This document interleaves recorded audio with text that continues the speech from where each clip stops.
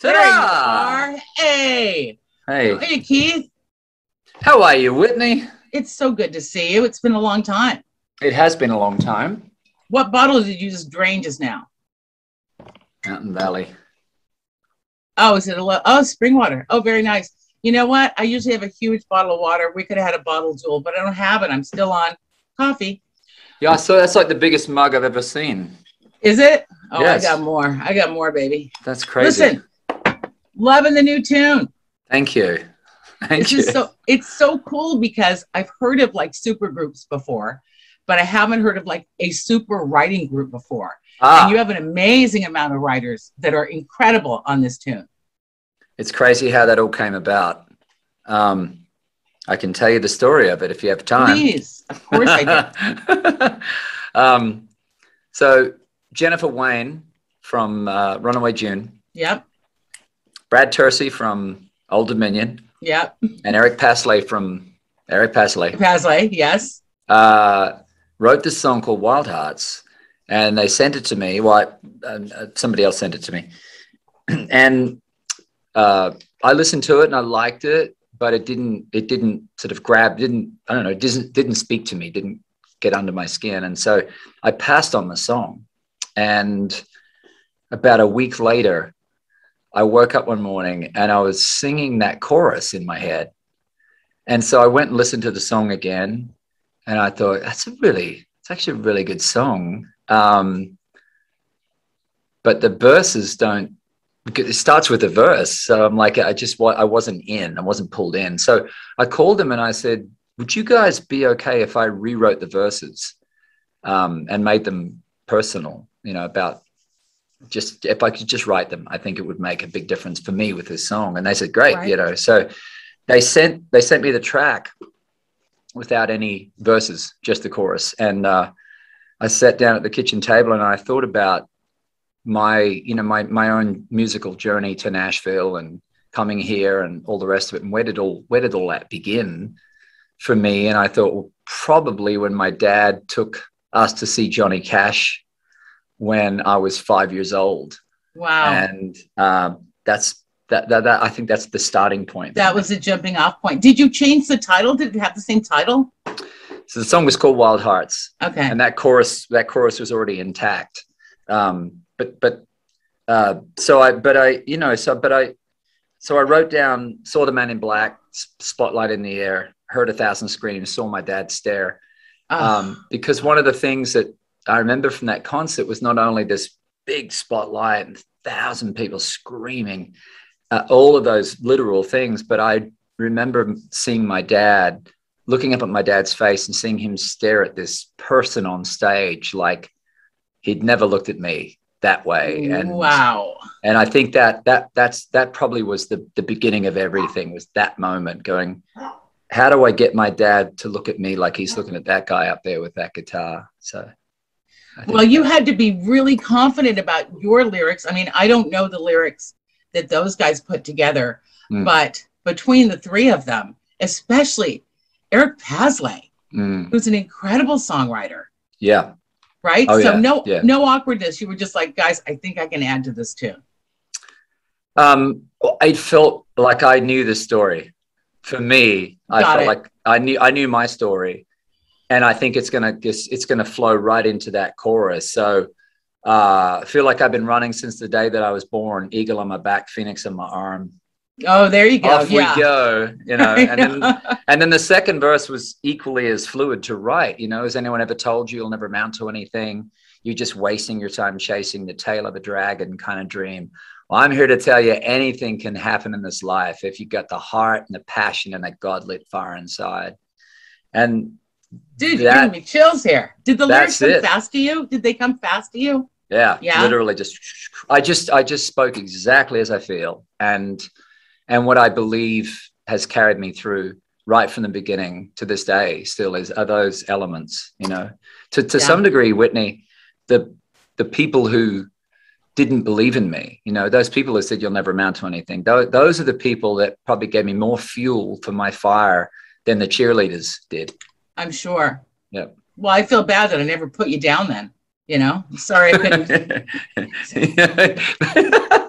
Sorry, I couldn't push you along in your journey. You want to, it's crazy how those shine blockers end up giving you this infinite fuel to burn on, to prove them wrong. You can get 50 great comments, right? And the 3 that you will have burned into your memory are the ones who tell you suck, right? Yeah. I know.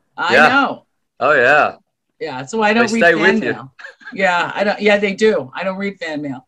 So listen, I don't get fan mail, I should say. I know how you are.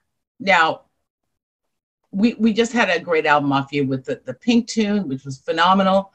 And I'm upset we never got to see you doing aerials, but Pink's busy. She can't be your teacher. Yeah, there's got to be another album that you're always working on stuff, right?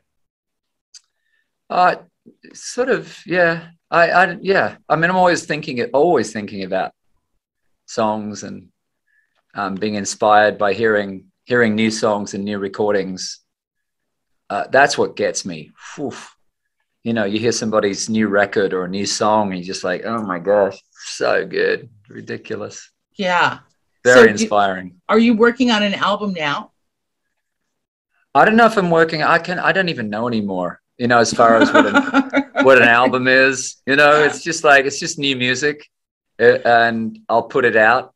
Wild Hearts happened so quickly. The whole thing was quite magical. From when I got sent the song to when it got rewritten to when I took the demo from Mitch Furr, who had done the demo. This is the songwriting demo of the song. And I just built on top of that. And that was the record. I mean, most of that record is the foundation of the demo. And it was all done very, very quickly. It's crazy. Right.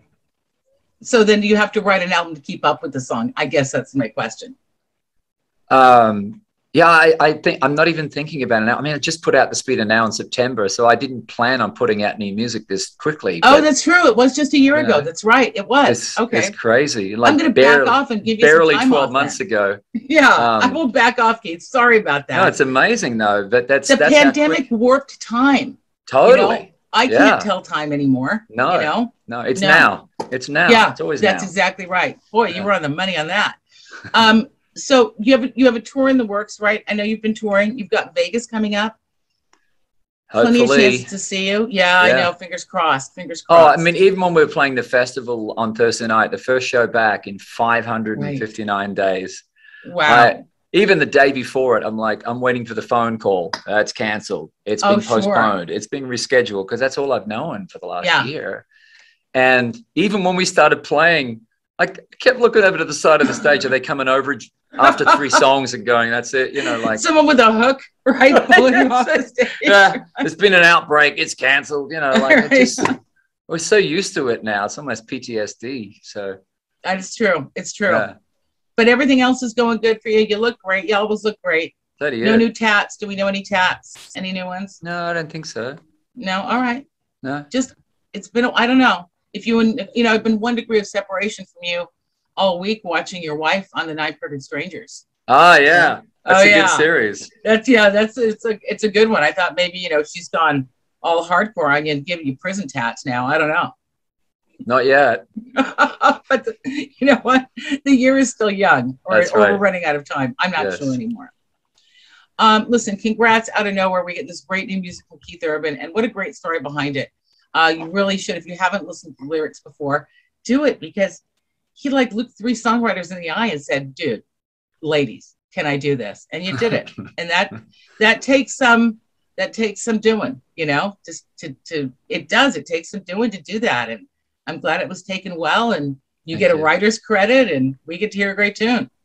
Well, thank you. It's also, and it is very personal, in that regard. And, it's very true. It's very autobiographical.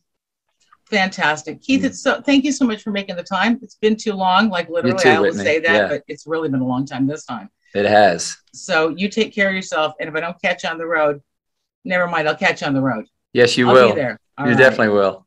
Keith Urban, everybody. Love you, Whitney. Thank you for stopping by. Love you, buddy. We'll see you soon. Bye. Now, the awkward hang-up. Who's going to do it? Bye, Whitney. Love you. The lady hangs up always first. Oh, Justin, I don't know how. Can you hang me up? So I say that to my daughters if they call. Oh, you cut Keith Urban off.